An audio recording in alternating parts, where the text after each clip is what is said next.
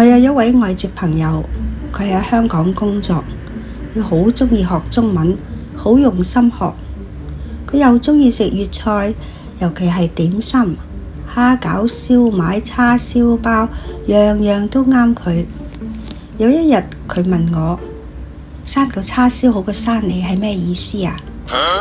我話呢句係廣東人鬧人嘅説話，通常係嗰啲阿媽俾仔女激親，用嚟鬧仔女冇用嘅俗語。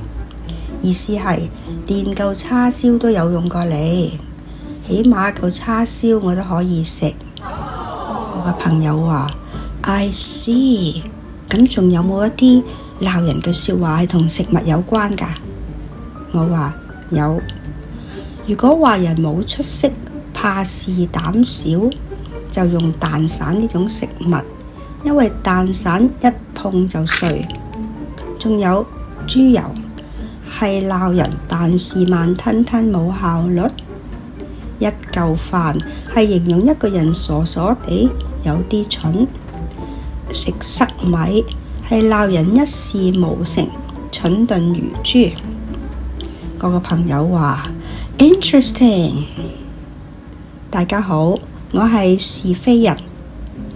無論學邊一種語言，一般人學得最快、最起勁、最有興趣，就係嗰啲鬧人嘅説話同埋髒話。其實罵人何須用髒話？中國古詩詞中蘊含住豐富嘅諷刺同埋罵人藝術。文人常以典雅含蓄，但係鋒利如刃嘅文字去表達不滿。好似唐代杜牧就借古諷今，指桑罵槐。佢喺《泊秦淮寫》道：商女不知亡國恨，隔江猶唱後庭花。佢表面係批評歌女，實質係諷刺怒罵權貴，沉溺聲色，不顧國危。又例如李商隱嘅賈生：可憐夜半虛前夕，不問蒼生問鬼神。呢兩句睇起上嚟好似寫漢文帝重視假誼，其實係諷刺迷信同埋方正。呢啲諷刺罵人嘅手法，貴在言有盡而意無窮，唔粗鄙，但句句面裏藏針。有啲鬧人嘅詞語，好似沐猴而冠，係比喻嗰啲虛有其表但冇真才實學嘅人。呢一句係出自《史記·項羽本紀》，係形容項羽空有帝王之姿，卻無帝王之實。又比如朽木不可雕也，係比喻嗰啲朽壞不堪、無法培養成才嘅人。我嘅朋友又問我：如果我想鬧人孤陋寡聞、見識淺薄，咁應該用咩詞語啊？我話井底之蛙啦。佢話：哇，好貼切啊！呢句話係出自邊度㗎？呢一個人一定係罵人高手。我話係出自莊子，不過莊子嘅罵人藝術，實質係佢哲學思想嘅另類展現。佢並非以粗鄙之言攻擊他人，而係以寓言、反諷、吊詭之言揭開世間嘅荒誕同埋迷執。莊子嘅罵從不陷於情緒發洩，而係以道觀之。佢嘅終極目標並非勝負，而係喚醒超越。就以井底蛙為例，呢句說話係出自莊子《秋水篇》。莊子借北海河神之口告誡井蛙，原文係：井蛙不可以語於海者，區虛也；蝦蟲不可以語於冰者，篤於市也。比喻人類嘅認知係受限於時空、環境、時令等，以致無法理解自身經驗以外嘅事物。莊子嘅目的並非侮辱對方，佢係喺度批判一種執念。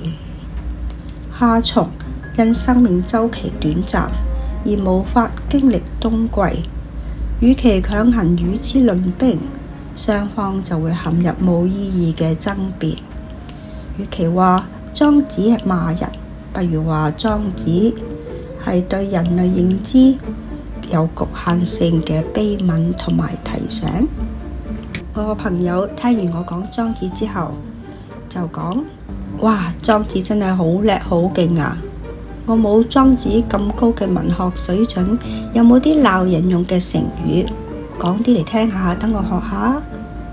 我話：狼心狗肺，狐朋狗友，喪盡天良，不學無術，恬不知恥，低三下四，趁火打劫，飛短流長，枉口不舌等，呢啲都係常用嘅成語。佢話好啊，好有用啊。不過如果我俾人鬧，俾人詆毀，我嘅中文又未夠好，未夠熟練，咁我點回擊啊？於是我就念咗以下兩段文字俾佢聽。今子罵我，我今不立，子自辭禍，歸身矣。意思係，當你送禮物俾對方，對方唔肯收，咁你點啊？唯有自己帶返屋企。同一道理，你鬧我，我唔收，咁請你自己帶返去。你不但傷害唔到我，反而你自己做咗口業，傷害咗自己。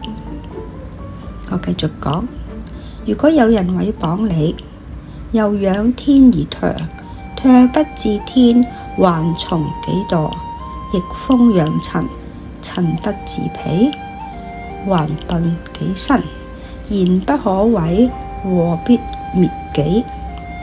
意思係，有得閒嘅人，如果被嗰啲無知嘅惡人毀謗，嗰啲惡人其實就好似向住個天吐口水一樣，啲口水根本唔可以吐到上天去，最終只會落返喺佢自己嘅面上。